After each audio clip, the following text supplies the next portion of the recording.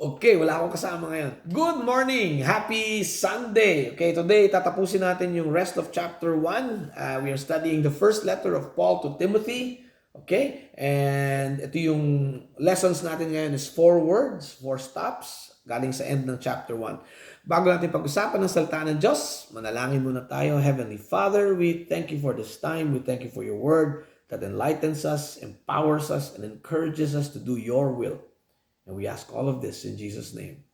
Amen. So yung text natin sa 1 Timothy chapter 1, 18 to 20 at apat ang stops natin sa pag-aaral natin. Ito yung text natin. Timothy, my son, I give you this instruction in keeping with the prophecies once made about you, so that by following them you may fight the good fight, holding on to faith and a good conscience. Some have rejected these and so have shipwrecked their faith.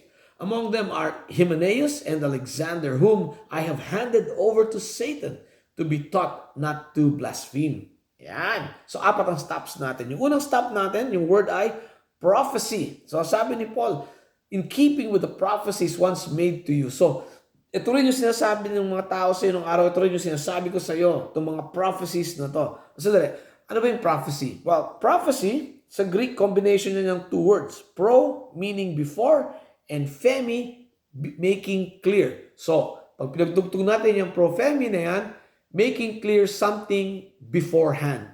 Yan. Sa spiritual terms naman, ibig sabihin, nagiging klaro siya bago siya mangyari. Okay? So, yung prophetic words na ibinigay kay Timothy, inuulit lang ni Paul, okay, para kay Timothy, para lalo siyang lumakas. Okay? By the way, yung prophecy is divine forth-telling. Okay? Forth-telling. Hindi fortune-telling. Okay? Iba yun. Okay? So, divine forth-telling. Sa New Testament, yung prophecy, na word, ginamit yan about 19 times. Okay? Tatlong gamit. Yung una, the fulfillment and explanation of Old Testament proclamations. Kagaya ng example ng ating Panginoon. Sa Matthew 13:14, in them is fulfilled the prophecy of Isaiah. Okay, yung pangalawang gamit naman, Spirit-empowered gift. Sabi ni Peter sa 2 Peter 1:20, above all, you must understand that no prophecy of Scripture came about by the prophet's own interpretation. Okay, yung mga prophecy hindi galing sa kanila, no? It was spoken by the power of the Holy Spirit. Kaya nga verse 21 continues, for prophecy never had its origin in the will of man, but men spoke from God as they were carried along by the Holy Spirit. At yung ibang mga prophecies na yan, na isulat sa ating Biblia. Yan. Which is the third use of prophecy, the written prophetic revelation. Kaya ng ginawa ni John sa Revelation 1:3. Sabi niya, blessed is the man who reads the words of this prophecy, and blessed are those who hear it and take heart to do what is written because time is near. Narinig niyo yun? When we listen to, when we read, and we obey God's word, we are blessed. Yan. Kasi nga, ang salita ng Diyos, okay, is written for us para maging sandata dito sa spiritual battle na nangyayari sa atin. Okay? Kailangan empowered tayo. So sabi ni Paul kay Timothy, you need to be reminded of these prophecies to strengthen you. Bakit? Kasi nasa gitna siya ng isang spiritual battle. It's a fight. Second word natin. Fight. We're in the middle of a big fight, a spiritual battle. Hindi natin nakikita pero totoong nangyayari. It is a raging war. Sabi ni Paul sa Ephesians 6:12, for our struggle is not against flesh and blood, but against rulers, against authorities, against the powers of this dark world, and against the spiritual forces of evil in the heavenly realms. Okay? Sabi ni Paul kay Timothy, fight the good fight. Okay? Pero alam nyo, our victory is guaranteed if we are going to rely on the power of God. Sabi nga ni Zechariah sa Zechariah chapter 4:6, the word of the Lord to Zerubbabel, not by might nor by power, but by my spirit, says the Lord Almighty. Yung human strength could not possibly destroy spiritual strongholds. Hindi pwede. Isipin na lang yung mga problema ng mundo. Problema ng bansa. Di ba parang di natin maabot, kayang isipin kung paano tayo solve yung mga problema yan. You know what? Huwag na tayong lumayo. Kahit yung mga problema nating personal, mahirap din i-solve yung mga problema natin. And minsan di natin maisip kung paano solve yung mga problema natin. Okay? Kaya ang kailangan na lang natin gawin, magpalakas Mag-train tayo para mga sundalo so that we can fight the good fight. And how do we do this? Well, yung spiritual discipline natin. For example, prayer, pananalangin. Dapat yan kasama sa buhay ng Kristiyano yan. Hindi lang minsan sa isang taon or kung may krisis, okay, kung may problema. Dapat yan regular, dapat yan daily, dapat yan constant. Nakikipag-communicate tayo sa Panginoon. Take note, communicate. Ibig sabihin, two-way yung proseso. Nagsasabi tayo sa Panginoon, nagsasabi din sa atin ng Panginoon. May response ang Panginoon. Saan galing yung response ng Panginoon? Well, sa salita ng Diyos. Kaya nga importante yung lagi natin pinakikinggan, binabasa, study, meditate, even memorize scripture para lalo tayong lumakas. Okay? Which brings us to sa pangatlong word natin, actually two words yan, faith and conscience.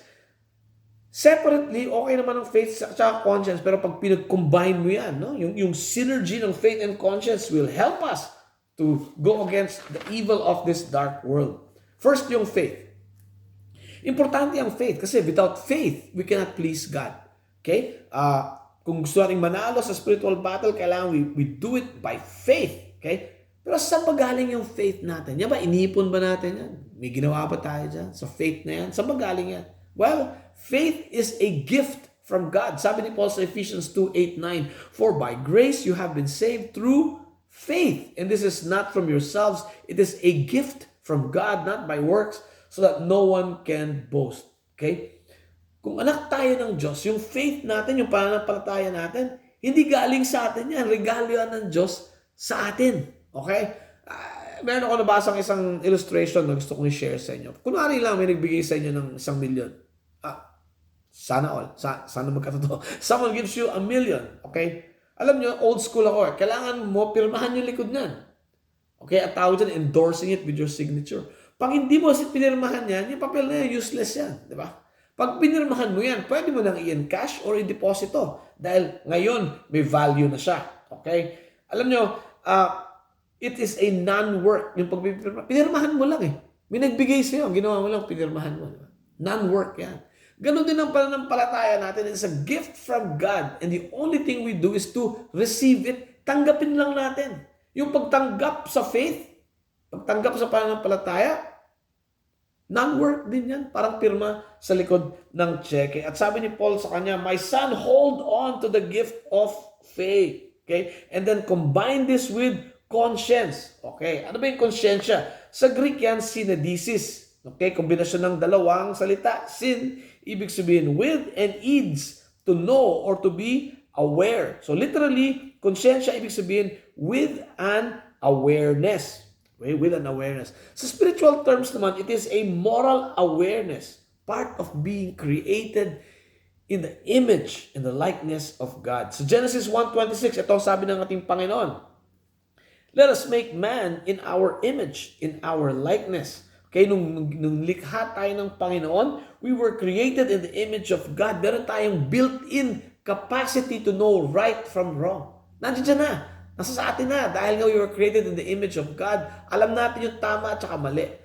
Pero ang wala sa atin, okay, is the ability to do what is right. Okay? Wala, no? Yung doing what is right in the eyes of God. Okay? Doing what is right according to the standards of God. Napakataas niyan, no? Wala tayong ability to do what is right. Sabi ni Paul, Romans 3:10, "There is no one righteous, not even one." We have the capacity to know right from wrong, but we do not have the ability to be righteous by God's standard. Yan. Ito yung solusyon ng faith and conscience only comes from God. Sabi nga ni Paul sa Romans 3:22, "The righteousness from God comes through faith in Jesus Christ to all who believe." Pag sinuko natin yung buhay natin kay Kristo, we believe. Okay? And we obey Christ, then through faith, yung righteousness natin comes from God. Okay? Pag pinagdugtong natin yung prompting ng faith and prompting ng conscience, yan ang kailangan natin para mamuhay ng tama, to live in truth, to live in integrity, to make the right choices, the choices that please God. Yung mga taong ayaw nilang makinig sa pananampalataya, ayaw nilang makinig sa konsyensya nila, okay? Ang sabi ni Paul, they are headed for a shipwreck, a spiritual shipwreck of their faith. Okay, yun ang fourth word natin. Okay? Yung example na binigay ni Paul, si Hymenaeus tsaka si Alexander. Wala tayong masyadong alam tungkol kay Alexander except na na-link siya kay Hymenaeus. Si Hymenaeus naman, na-link din siya sa isang false teaching, kaya tinawag siyang blasphemer. Okay? So, siguro dahil kasama niya si Alexander, na-link na rin siya. So, itong dalawang tao to, si Hymenaeus at saka si Alexander, they are professed Christians. Sabi nila, Kristiyano sila. Okay? Pwedeng totoo. Pero hindi sila nakinig sa faith and their conscience to guide them to do what is right and to say what is right. At warning yan para sa ating lahat. Siguro we are sincere, pero sincere lang tayo, pero we could be sincerely wrong. Di ba? Yung faith natin, kailangan yung basihan. At ang basihan ng faith natin ang salita ng Diyos para hindi tayo magkamali sa ating ginagawa. Tapos magmamatch yan sa konsyensya natin dahil ibinigay na sa atin ng Panginoon yung discernment to know what is right or wrong. Sabi nga ni Paul sa Romans 1:17, the righteous live by faith. Kailangan natin yung faith and conscience to navigate this life. Okay? Pakinggan natin ang boses ng Panginoon. And we need to validate yung narinig natin na boses ng Panginoon with God's Word. Sabi ni Paul sa 1 Thessalonians 5, test all things. Yan. So, si Hymenaeus at saka si Alexander, they both received siguro faith. Pero nag-fail sila in listening to this faith grounded in God's Word and their conscience. Kaya nagkamali sila. So, anong punishment nila? Well, they were handed over to Satan. Ibig sabihin nun, they were disfellowshipped. Hindi na sila kasama sa fellowship. Okay? By the way, yung goal niyan, hindi yan para talagang itakwil na sila. No, para makakapag-isip sila. And when they're handed over to Satan, they will be punished. They will be corrected. They will be disciplined. Tapos pag na-realize nila yung mali nila, babalik sila sa Panginoon. Siguro mahirap yan. So, dapat sa atin, huwag na nating paabutin doon. Itama natin yung pananampalataya natin base sa salita ng Diyos. I-combine natin sa moral compass na binigay ng Panginoon. And then, we can live according to what God wants us to live. How God wants us to live. So, we listen to Paul. I-acknowledge natin that when we are in a spiritual battle, hindi natin kaya yan. Whether we like it or not. No? Number 2, we need to strengthen ourselves with spiritual disciplines so that we can fight a good fight with prayer, with reading God's Word, studying, listening, meditating, memorizing God para malpalakas tayo. And we live properly guided by faith and guided by our conscience. So we can live a victorious life by the power of the Holy Spirit na nasa puso natin. Okay, yan ang lesson natin. Ito yung mga tanong. Kumusta ang buhay ninyo? Okay? Feeling shipwrecked ba kayo? How can this message help you? Okay? Kung itong message na ito hindi parang clear, or parang, sabi, hindi ko maintindihan. Well, siguro kailangan natin gawin muna, check natin kung you have received the faith, the gift of faith from our Lord Jesus Christ. Sabi natin, Panginoon, sa Mark 1:15, the kingdom of God is near. Repent and believe the good news. Yung good news ng ating Panginoon, He came to save sinners. Kung kailangan na natin sumuko sa Kanya. Hallelujah. Prayer natin. Father, we surrender. We need you, Father. Holy Spirit, convict us to live righteous lives. Kahit sinners kami, Lord. Convict us. Lord Jesus, thank you for the forgiveness that I have through faith in you. In your name we pray. Amen. Have a great week and God bless you.